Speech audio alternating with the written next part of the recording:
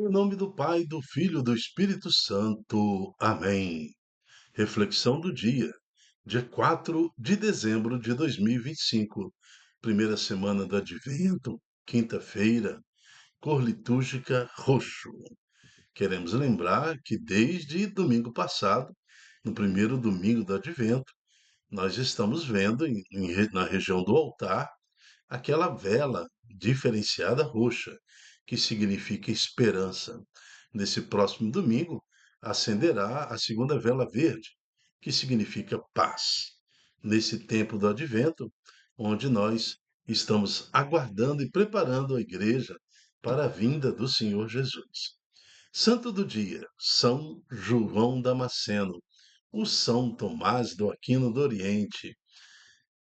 São Tomás Damasceno, São João Damasceno, perdão, um santo padre e doutor da Igreja de Cristo, nasceu em 675 em Damasco, Síria, num período em que o cristianismo tinha uma certa liberdade. Mas existia também entre a Igreja do Oriente e Ocidente uma certa divisão, inclusive perseguições, como, por exemplo, o movimento iconoclata, onde o Oriente não aceitava jamais nenhum tipo de imagem sagrada. Então, isso deu até quase que gerou guerras entre os próprios cristãos. Mas é nesse cenário, então, que São João Damasceno surge como um grande doutor da Igreja. Escreveu inúmeras obras tratando de vários assuntos sobre teologia, dogmática, apologética, que é a defesa da fé, e os outros campos que fizeram de São João digno do título de doutor da Igreja, declarado pelo Papa Leão XIII em 1890. Recebeu o apelido de São Tomás de Aquino do Oriente, por sua contribuição a toda a Igreja Oriental. Ó santo defensor da doutrina e da fé católica, soube combater as heresias e ensinar a verdade.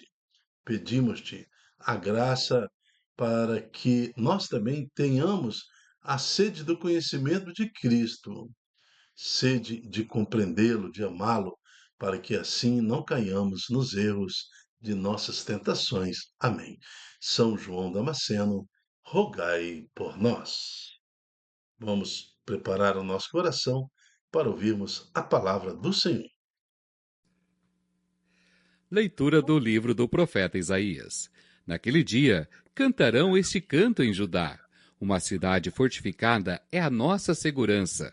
O Senhor cercou-a de muros e antemuro. Abre as suas portas para que entre um povo justo, cumpridor da palavra, firme em seu propósito, e tu lhe conservarás a paz, porque confia em ti. Esperai no Senhor por todos os tempos. O Senhor é a rocha eterna. Ele derrubou os que habitam do alto. Há de humilhar a cidade orgulhosa, deitando-a por terra até fazê-la beijar o chão. Hão de pisá-la os pés dos pobres, as passadas dos humildes. Palavra do Senhor, graças a Deus. Salmo 117. Bendito é aquele que vem vindo em nome do Senhor. Dai graças ao Senhor, porque Ele é bom, eterna é a sua misericórdia. É melhor buscar refúgio no Senhor do que pôr no ser humano a esperança. É melhor buscar refúgio no Senhor do que contar com os poderosos deste mundo. Bendito é aquele que vem vindo em nome do Senhor. Abri-me vós, abri-me as portas da justiça.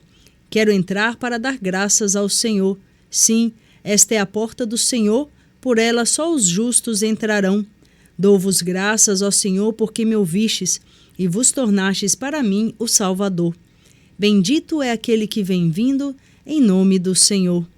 Ó Senhor, dai-nos a vossa salvação. Ó Senhor, dai-nos também prosperidade.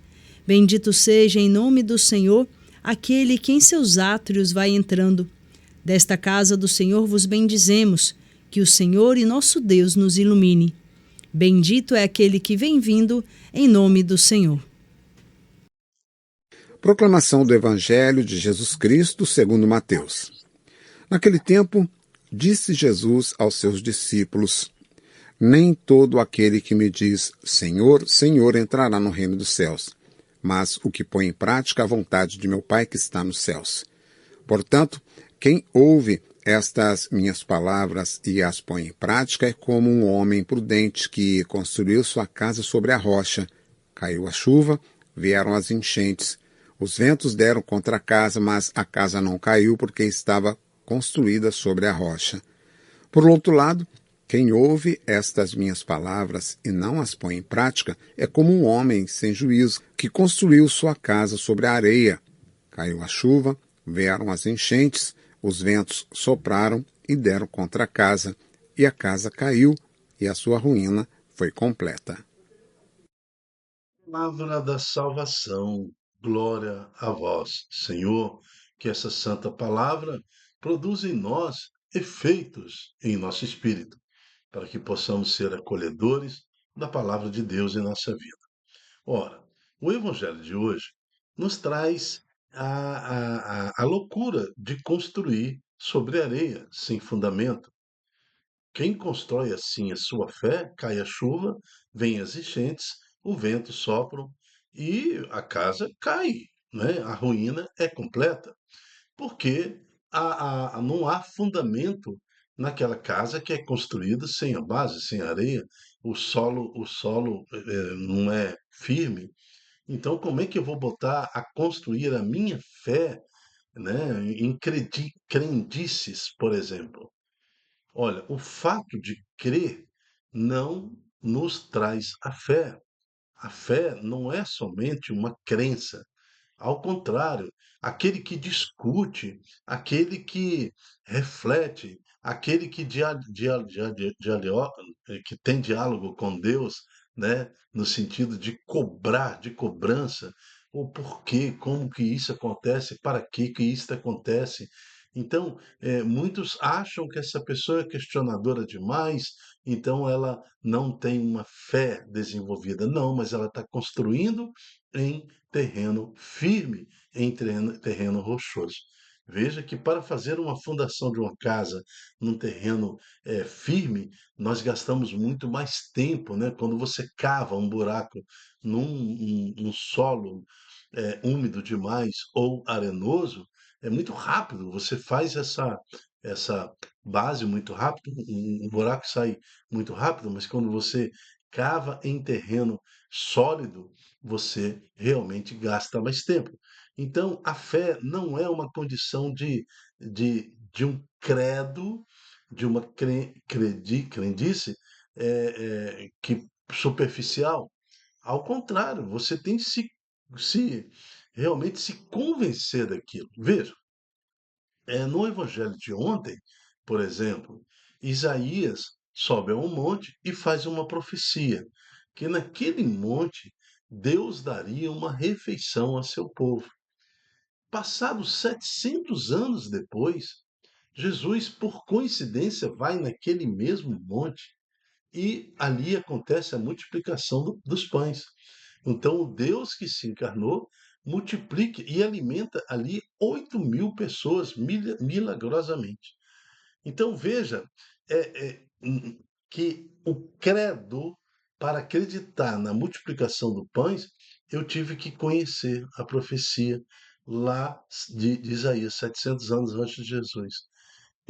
O fato de eu acreditar na profecia que se realizou em Jesus Cristo, não me demanda fé, porque ele fez a profecia e aconteceu.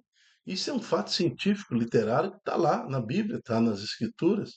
700 anos, um profeta faz a profecia, 700 anos depois, se cumpre naquele local a profecia. Né? Então, eu não tive eh, necessidade de ter fé para acreditar nisso que está acontecendo, que aconteceu. Agora, eu tenho que ter fé que acreditar que Jesus pegou 5 pães e 2 peixes e desses 5 pães e 2 peixes transformou em alimentos de tal forma que se multiplicou o alimento e foi o suficiente para alimentar em torno de 8, 10 mil pessoas e ainda sobraram 7 cestos.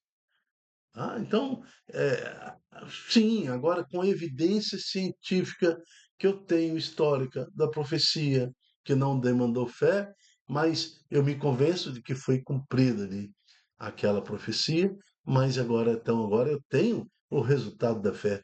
Fica mais fácil para eu crer neste milagre que foi a multiplicação dos pães, porque eu vou atribuir a Deus este mistério. Somente Deus poderia tocar na substância e fazê-la multiplicar.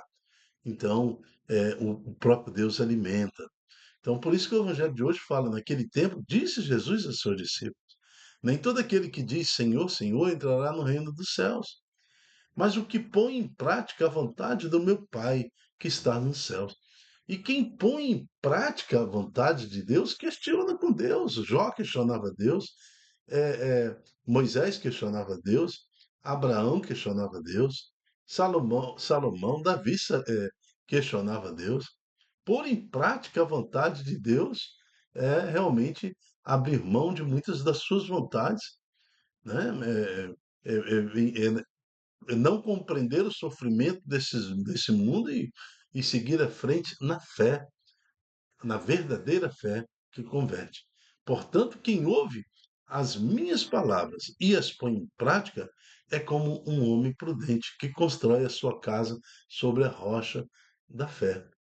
A rocha da fé vem de questionamento, vem da busca, vem de estudo, vem de um alicerce, né, fecundo na fé e na experiência em Jesus Cristo. Então, assim, nós vamos entender quem foi São João Damasceno, o santo de hoje.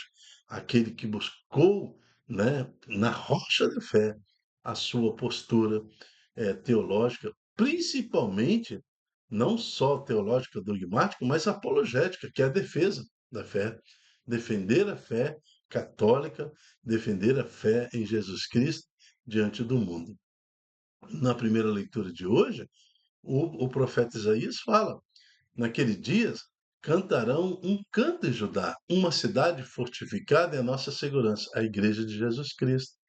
Nessa profecia, fala da igreja de Jesus Cristo que surge e também fala da igreja mundana, né, da edificação mundana, né?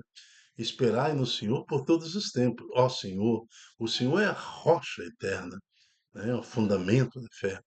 Ele derrubou os que habitam no alto e há de humilhar a cidade orgulhosa. A cidade orgulhosa é aquela que é construída pelos homens. A cidade glorificada é aquela que foi construída por Cristo Senhor, a própria igreja, que é um pré-anúncio do que há de vir, né? Então a igreja nos mostra esta igreja fortificada no Senhor. E a igreja do mundo são o povo, né? A cidade do mundo. O povo que quer viver sem Deus. Quando eu quero viver sem Deus, eu vivo na cidade do mundo, dos homens. O que, a profecia fala sobre essa condição? Ele derrubou os que habitam no alto e há de humilhar a cidade orgulhosa. Então eu não quero ficar neste mundo derrubado.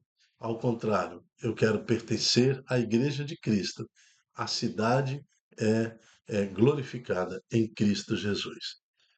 Assim, então, encerramos o dia de hoje com o Salmo 117, que fala: Dai graça ao Senhor, porque Ele é bom.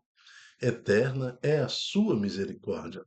É melhor buscar refúgio na cidade do Senhor do que na cidade dos humanos sem esperança. Eu quero viver na cidade eterna, junto do Senhor eternamente, do que apostar em viver aqui na cidade dos humanos, construir em areia, né, sem base nenhuma, onde a tempestade há de levar, é o julgamento final. Eu me chamo Dilton Góes e quero te fazer um convite.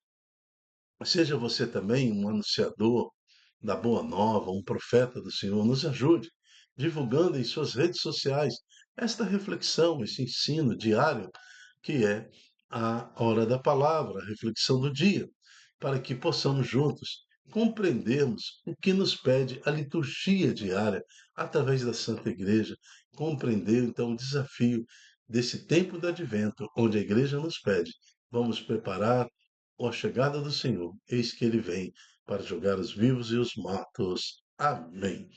Até a próxima, se Deus quiser. Tchau, tchau.